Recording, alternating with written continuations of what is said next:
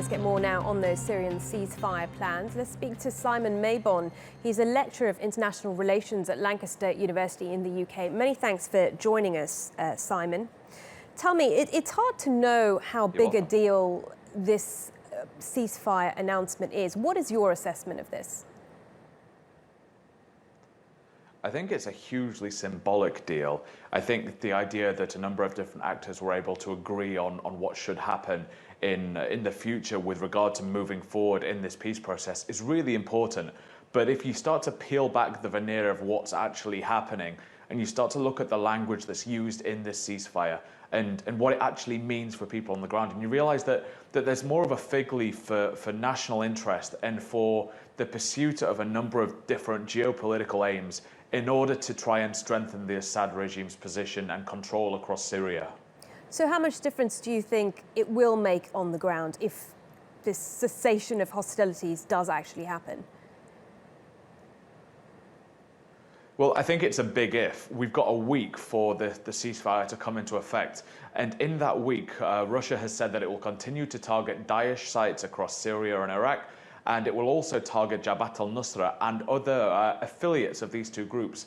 And it's the affiliates that really start to become problematic, because for Russia and for the Assad regime, all opposition groups are affiliates of these two violent extremist groups.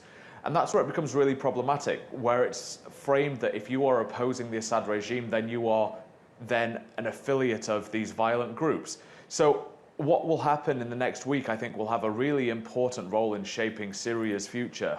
And if the ceasefire does actually take hold, then things could be quite positive. But what sort of state Syria will be in over the course of a week, I think it's going to be quite a tragic thing to think about. You make a good point about Russia. Why would Russia agree to a ceasefire when it seems determined to carry on the bombing? Well, yeah, I think it is determined to carry on the bombing. Russian bombs continue to fall and Syrians continue to die. And this is an attempt to strengthen the Assad regime's position and influence across Syria before returning to the negotiating table. And I think it's important to get around that table because such a position isn't sustainable in the long term. The international community, it will put a great deal of pressure on a number of different actors who would continue to support this violence and this humanitarian tragedy. And I think Russia is all too aware that it cannot continue to keep doing this without returning to the negotiating table.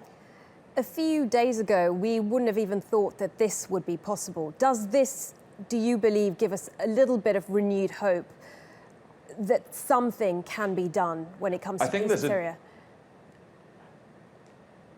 There's a degree of hope, sure. The fact that people were able to get to a point where this agreement could be reached is important, it's symbolic. But I think that what happens on the ground will be far more important, how this actually plays out, whether a ceasefire is enacted in this coming week. Let's not forget that 400,000 people have died in Syria and 11 million have been displaced. Now, this has got a huge impact on the Syrian economy, on the welfare of people, on people's access to food, to medical attention, to general welfare. So the consequences of this humanitarian tragedy are huge. It's the worst humanitarian tragedy since the Second World War, and something has to be done about this.